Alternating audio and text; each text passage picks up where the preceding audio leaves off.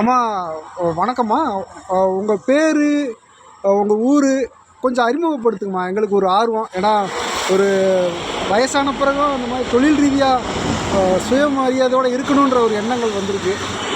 உங்களை அறிமுகப்படுத்துங்களேன். உங்கள் பேர், எத்தனை வருஷமாக அந்த தொழில் பண்ணுறீங்க, இந்த தொழில் பண்ணுறதுக்கு காரணம் என்ன, அதை பற்றி சொல்லுங்களேன். பேர் சிரோன்மணி, புதிய டவுனாக்கிப்பட்டி ஊர், புதிய டவுனாக்கிப்பட்டி.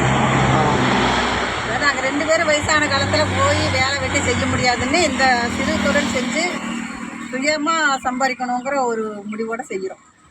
நீங்கள் என்னம்மா படிச்சிருக்கீங்க? நான் 7th படிச்சிருக்கேன். சரி சரி சரி. இந்த ஒரு தெருவோரங்களில் அப்படி ஒரு கடை போடணுன்னு எப்படி என்ன வந்துச்சு? சரி, இப்போ வெயில் அதிகமாக இருக்குது.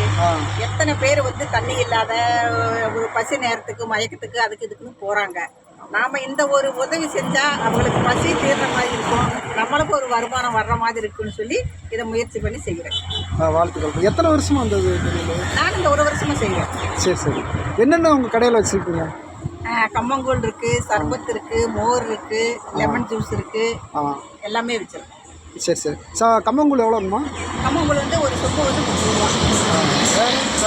சர்பத்து 30 ரூபா, மோர் 20 ரூபா. சரி சரி சரி.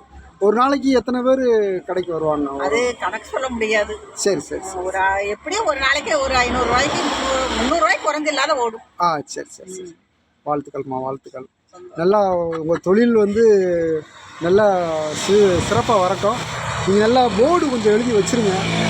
நிறையா இந்த நின்று கொஞ்சம் இலைப்பாக நிழலில் உட்காந்து டீ சாப்பிட்டு போகணும் எண்ணங்கள் வரும்.